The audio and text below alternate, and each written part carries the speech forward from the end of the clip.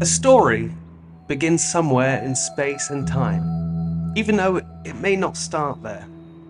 If we are to find the reason something happened, we must look for the spark that caused the fire, the catalyst. We must follow the principles of causality, the relationship between cause and effect, where one event directly results in another. How did I get here? For those of you joining me for the first time, welcome. I have been tasked to find the cause for my amnesia. Everyone expects me to say something simple, like blunt force trauma. But from what I remember, it isn't that easy. A good place to start my story might be when I decided to have hypnotherapy. That is my hypothesis. So sit back or lay down, relax, and join me in some other layer of our consciousness. I am walking down a set of stairs, and at the bottom is complete darkness. There are 10 steps. 10. As far as I can remember, I was an accidentally unpleasant man. Loved ones might say otherwise, and if I was to treat myself with respect, one could say that I am mostly good, valiant, trustworthy. But peel the layers of the persona, and underneath is something monstrous. And keep prodding, and I will eventually bite. I had my reasons. I had my excuses. Hurt people. You weren't there, I would tell them. You have no idea what I've been through. 9. The prefrontal cortex, the part of the brain that regulates learning, memory, personality expression, social behavior, and other important functions for complex behaviors, is formed in the first 25 years of a human's life. 25 years? That's a long time. You are being molded and shaped during that period, and it is mostly out of your control. 8. Born on the day in a year you didn't even choose, the minute you were detached from your mother's umbilical cord, the constellation of stars in the sky is unique to you, your very own stellar fingerprint. By the time you're a day old, you'll have made one rotation on the planet, which has traveled 67,000 miles per hour around the sun, and it too travels at 450,000 miles per hour around the center of the Milky Way galaxy, and it too travels at 1.3 million miles per hour into the unfathomable horizon of space. Unless you believe the Earth is flat. 7. You are born in a location you didn't choose. There are over 190 countries on this planet. Each territory has its own rules on how its population should coexist. To organize the people within that country, the land is divided into sectors: counties, cities, towns, villages, and hamlets. And those too have their own rules on how its population should coexist. For efficient management, we are tracked from birth. You are given a name. Your date of birth, a series of digits, is catalogued to your file, along with other serial numbers, so that they may find you in the system. 6. You are born to parents you didn't choose. Maybe you have both a mother and a father, only one, none, or some other combination of guardians who participate in your development. Perhaps you were created through the act of sexual reproduction, intrauterine insemination, in vitro fertilization, or delivered by a stork. However you came to be, you carried a deoxyribonucleic acid of your predecessors, lines of code: adenine A, cytosine C, guanine G, and thymine T, which coordinate to formulate you. Brain, heart, lungs, stomach, thyroid, liver, thymus gland, kidneys, pancreas, intestines, urinary and reproductive systems, contained in a skeletal frame, enveloped by a nervous system, hidden underneath a surface of skin. Your body harbors trillions of bacteria, each one alive, living inside and on you. You are a spaceship traveling through space-time. Your body is made of atoms. Each one of us is completely unique. Conform or be shunned. 5. You are born. Welcome to the world. Your brain is designed to survive your environment. The guardians in charge of your upbringing are flawed. They train you to behave in a society they have trained in. Rinse and repeat. Recycle. Behave accordingly. Obey. or die. What you think is correct might be wrong. What you think is good might be bad. You may have no way of knowing. All you know is what you know. But you also know that there are things that you don't know. And the real trouble is that space where you don't know what you don't know. Each day, every day, 67 miles per hour around the sun, population in the billions. Cooperate, coexist. You may be wrong. Good luck, Godspeed. You may have been programmed to believe there is a God. You learn that others believe, but in others' gods. Some people don't believe in anything. That person may be you. That person may be your neighbor, your loved ones. Each of us wears a mask. We are all strangers. Together. We see what we have been taught to see. Your teachers are flawed. You may have tunnel vision. Do you see all the unforeseen variables that shape you? The first 25 years decides the rest of your life. You have free will to decide the things you are programmed to choose. You have free will to decide the things you are programmed to choose. You have free will to decide the things you are programmed to choose. Each day, every day, cooperate, coexist. You may be wrong. You may be broken. Good luck. Godspeed. Rinse, repeat, recycle. 4. If you don't behave like others, they will shun you for not behaving as they have been programmed to behave. We are zombies with delusions of sentience. Or maybe it's just me. Or maybe it's not me and it's them.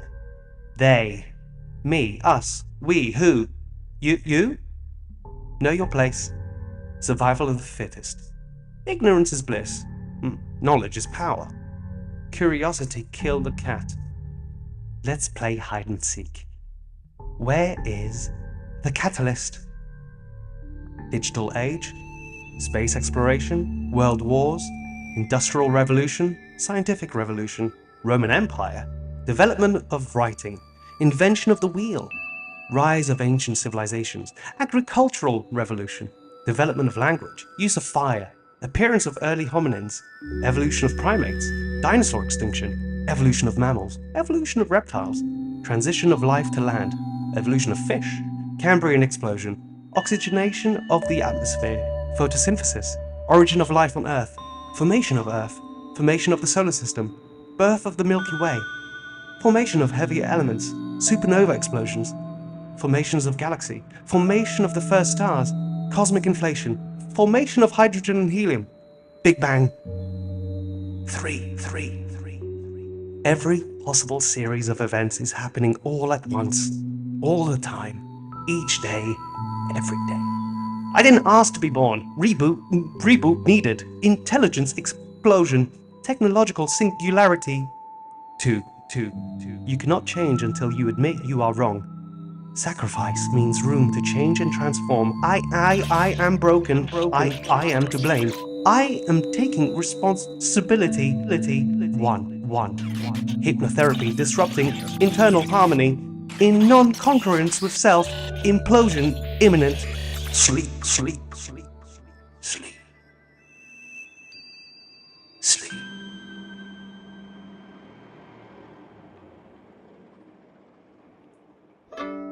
Welcome to episode 4 of the Art of the Covenant. Thank you for joining me. How are you, listener, viewer? If you're on YouTube, hello.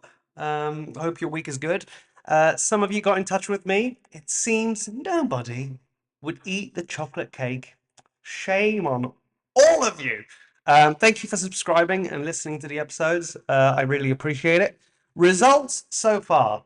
For those who subscribed, gold medal goes to the United States. Well done.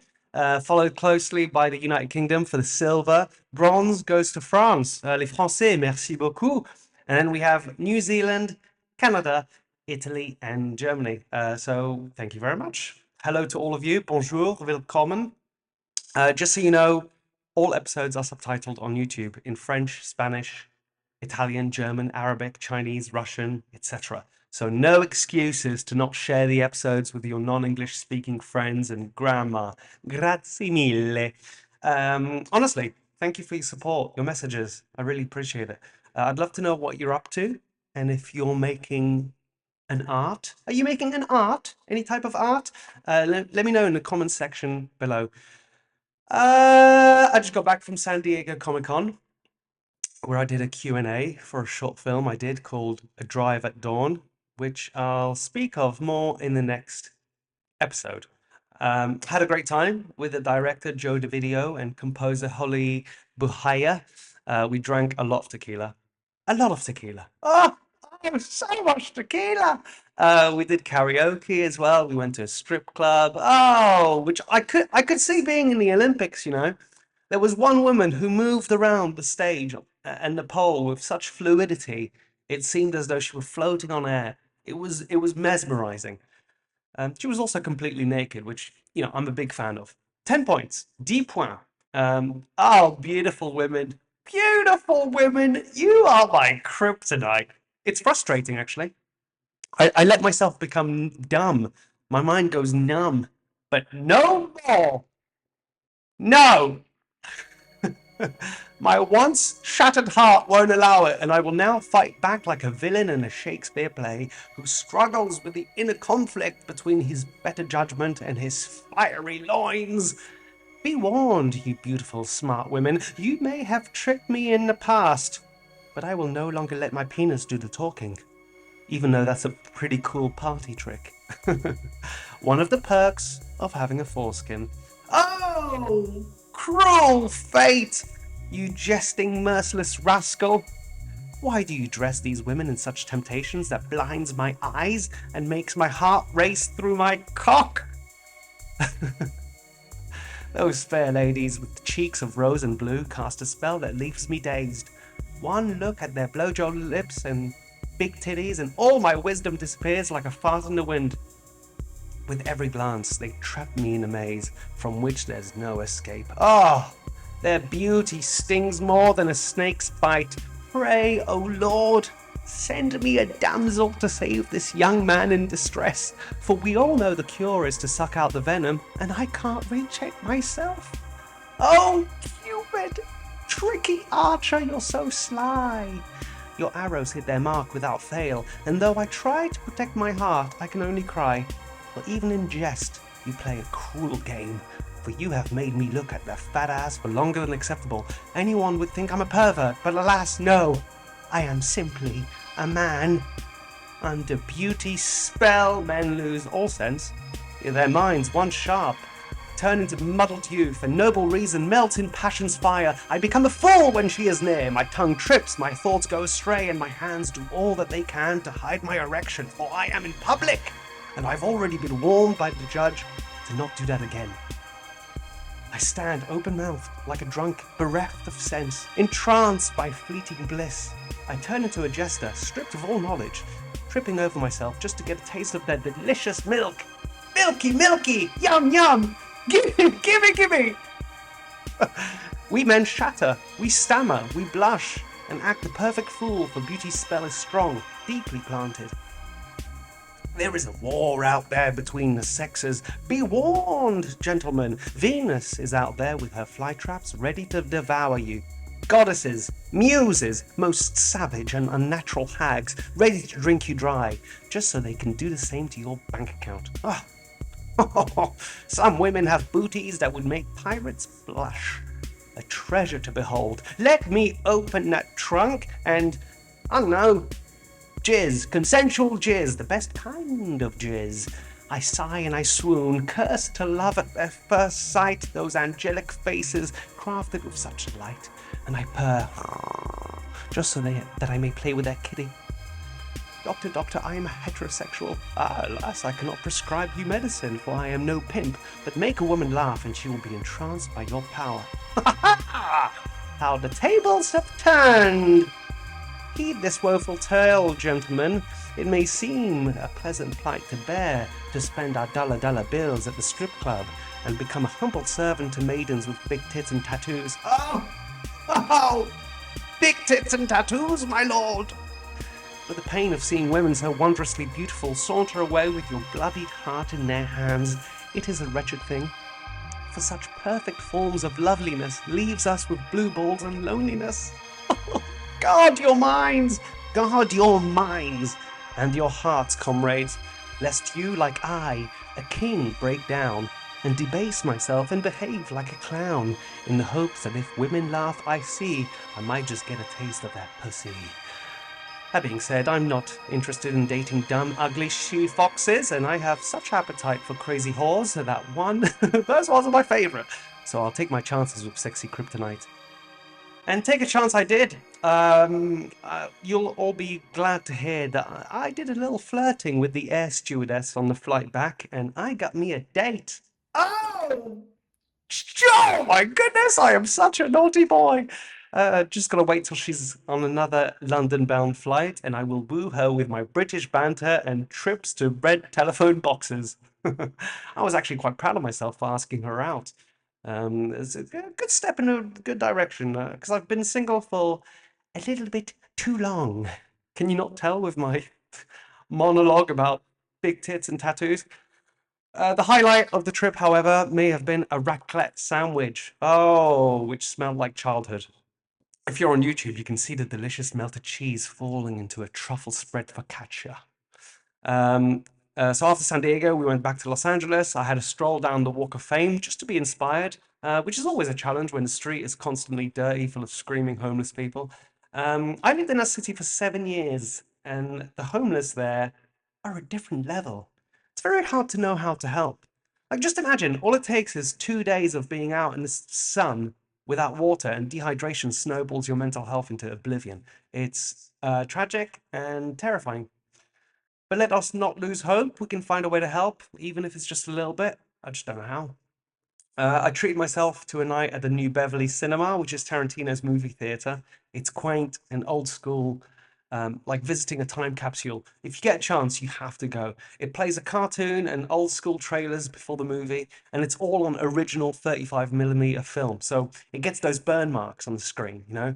I was there once to see I Married a Witch, and just after the scene where the apartment catches fire, the film reel burnt, which you could see on the screen. It was beautiful and strangely timed. Unfortunately, that was the last we'll see of that film reel. You know, maybe that's why digital is the move forward. This time, I watched a movie I hadn't seen before, Brain Dead. Not Peter Jackson's zombie movie classic, which, if you haven't seen yet, you must. Over the top gore, puppetry, and great lines like the ones from a priest who kung fu's a zombie to death and then says, "I kick ass for the Lord." Great movie. The Brain Dead I saw was 1990 psychological horror film starring Bill Pullman and Bill Paxton, and directed by Adam Simon, who was in the audience and did a Q&A after, which was a real treat. That happens quite a lot, actually. Even Tarantino's there sometimes. The story revolves around a brain surgeon who is asked to extract secrets from a deranged mathematician's mind. The movie is an exploration of Descartes' evil genius hypothesis, in which a powerful and deceptive demon manipulates his perceptions, making the external world appear real, even if it is not. You know, think The Matrix. A brain kept alive in a jar and connected to a computer that stimulates experiences indistinguishable from reality. Speak to any neuroscientist, and they'll tell you that everything we feel, touch, taste, smell, sight, sound, is all manufactured in the brain. So, this thought experiment raises questions about knowledge, perception, and reality, challenging us to consider how we can be certain of the existence of the external world and the accuracy of our sensory experiences. It underscores the philosophical inquiry into the nature of consciousness and the potential for deception in our perceptions. Descartes famously concluded that cogito ergo sum. I think, therefore I am. Sometimes you really are met with a moment of self-reflection. I was watching that movie, nodding along to the protagonist as if to say, I feel you, man. I feel you. I'm now back in the UK, completely sunburned. Is that too a metaphor? I spent a little bit too much time at the beach. I went swimming, saw a dolphin in the wild. That's always nice. There's nothing more satisfying than catching a wave and surfing it back to shore using only your body. Ah, like some incoming Poseidon. I was laughing so hard as I was catching the wave. Such a happy simpleton. It was honestly such a beautiful treat to just catch a wave and surf it back. Um, uh, and meanwhile, while all of this happened, so much happened in the world. Like you existed also, and so did everyone you know, and the billions of others on the planet. The Olympics, elections, riots, wars, murders, weddings, births, and deaths. Everything is happening all at once somewhere, as if Earth is a representation of block theory universe. The entire Bible in continuous manifestation condensed onto one space rock. Wow. I really enjoyed as well the controversy that was sparked because of the Paris Olympics opening ceremony. I don't know if you heard. So many Christians losing their mind at what they thought was a grotesque living portrait of Da Vinci's The Last Supper, like some reference to prisoners on death row depicting the moment of Jesus Christ announcing that one of his 12 apostles will betray him. The painting was, in fact, The Feast of the Gods by Dutch painter Jan van Bilgecht. Jan van Bilgecht, created around 1635. The painting exemplifies the Baroque style of the Dutch Golden Age, portraying a festive gathering of classical deities from Greco-Roman mythology. The scene is rich with vibrant colors and dynamic composition, typical of the period, capturing the gods indulging in a sumptuous banquet. A scene that has been depicted numerous times by various artists. Giovannino Bellini painting his own Feast of the Gods in 1514. There's Peter Paul Rubens painting the Feast of Venus, which features a similar assembly of gods and goddesses engaged in revelry. Like, it's the Olympics. Olympics from Olympus, the highest mountain in Greece, known as the home of the Greek gods. Hello? Take a moment to breathe before reacting viscerally at something that you shouldn't even be upset about. Like, how weak do you think God is? That's something I've never understood with thin-skinned religious people. God is everything, all the time. You'd think that he developed some thick skin and a sense of humor. My goodness. The Olympic Committee should not have apologized. Come on, think about it. Jesus died in the most horrific way. Believe me, he has a sense of humor. As my pal JC says, Joseph Campbell, the gods are symbolic personifications of the laws governing this flow. The gods come into existence with the dawn of the world and dissolve into the twilight. They are not eternal in the sense that night is eternal. Only from the shorter span of human existence does the round of cosmogonic eons seem to endure. The cosmogonic cycle is normally represented as repeating itself, world without end. And I say this because perhaps the two paintings, The Last Supper and The Feast of Gods, are actually one and the same, echoes of each other. Perhaps I ask you to consider the reality of events in history repeating itself with perhaps clockwork precision, so that you keep an open mind with the retelling of events that led to my amnesia and the subsequent aftermath. For the whole thing has a supernatural quality. And perhaps I cannot trust my senses. Maybe my brain is trapped in a jar, and I am the unreliable narrator, so everything I'm about to tell you might be a lie. As the consciousness of the individual rests on the sea of night into which it descends in slumber, and out of which it mysteriously wakes, so in the imagery of myth, the universe is precipitated out of and reposes upon a timelessness back into which it again dissolves. From the tomb of the womb to the womb of the tomb, I am walking down a set of stairs, and at the bottom is darkness. There are 10 steps. 10, 9, 8. I was stuck in this cycle of arguments with the women I loved. It was so frustrating, so sad to watch myself lose control of my emotions, like someone managed to press play on some mechanism inside of me, and I was then forced to go through the motions of a story I didn't want to watch. Screaming insults at one another, crying like a kid lost at the mall. I felt weak. It was embarrassing. I didn't know what to do. I just assumed, this is it. This is what I am. Love me regardless of the temper tantrums. Memories that I had suppressed would permeate in my day-to-day behaviors, invisible to me, but obvious to the outside world.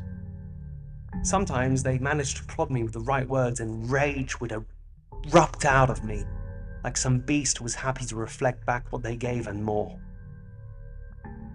I so often used a hammer when I should have used a paintbrush. But art takes a long time to master. My wife would tell me I need mothering. Says I have abandonment issues from when I split from my parents when I was young. Maybe too young. And after multiple failed relationships, it seemed evident that I was the common denominator. I have to take responsibility. Sometimes I look back and it's like her and I were meant to meet and fall in love just so we can be torn apart, separated, doomed to fail before it even began. Some cruel calculation by the cosmos. It's hard to find gratitude when you're casualty to geometry. But despite the likelihood for our lack of autonomy, we must take responsibility. Quel paradoxe. And so, the adult me plunged deep in my own mind, sifting through shadowy membranes of repression, hacking through neurons like an explorer with jungle vines, to seek and destroy the creatures clutching onto me as a child. I did weeks of hypnosis, where I unearthed 3 memories. Three. By the end of the therapeutic trance, I was, unbeknownst to me, a new person. Two. The last session was on the 1st of January 2019, which I thought was a nice coincidence. New year, new me, I thought. Apt. One. This metaphorical washing of sins through the River Jordan, whose reference has more meaning to me than you can imagine, had worked so well that I emerged as someone I didn't recognize. And when you're ready, you can open your eyes. Thank you for joining me to the end of this episode. After getting burnt on Santa Monica Beach, I walked past a monument of a mushroom cloud made of copper chain link and stainless steel. The piece is called Chain Reaction, and the artist, Paul Conrad, leaves a thought by this threat of nuclear war. This is a statement of peace. May it never become an epitaph. I conclude this perhaps futile search for a catalyst with a quote from Christopher Nolan, who, while discussing his latest movie, says, "For me, there's this key man question that hangs over the life of Oppenheimer, which is that no one person invented the atomic bomb. He wasn't the first to split the atom. He wasn't the first to have self-sustaining chain reaction. But somehow he's the guy who brought it all together and made it happen in the moment that it happened. Perhaps I truly did have an encounter with the gods in my hypnosis. Hypnos is the personification of sleep, son of Nyx, night, and Erebus, darkness, and he has a twin brother, Thanatos, who personifies death. Maybe I'm still in hypnosis now. Maybe I'm dead and this is the afterlife, purgatory, a dream. In the movie Brain Dead that I saw recently, the protagonist is run over by a car promoting a mattress company that quotes, "To sleep, perchance to dream," which originates from Shakespeare's play Hamlet. In the famous soliloquy, Hamlet contemplates the nature of death and sleep, wondering if death is akin to sleep, and if so, whether it brings dreams. To die, to sleep, perchance to dream. Aye, there's a rub. For in that sleep of death what dreams may come, when we have shuffled off this mortal coil, it must give us pause. Now there's the respect that makes calamity of so long life. Is it coincidence, fate, or fulfilled prophecy that I, in Ricky Gervais's series Life's Too Short, played a character who goes to a Comic-Con and introduces himself as Morpheus, the god of dreams? Food for thought. I wish you all a pleasant sleep tonight. For me, however, it's time I wake up.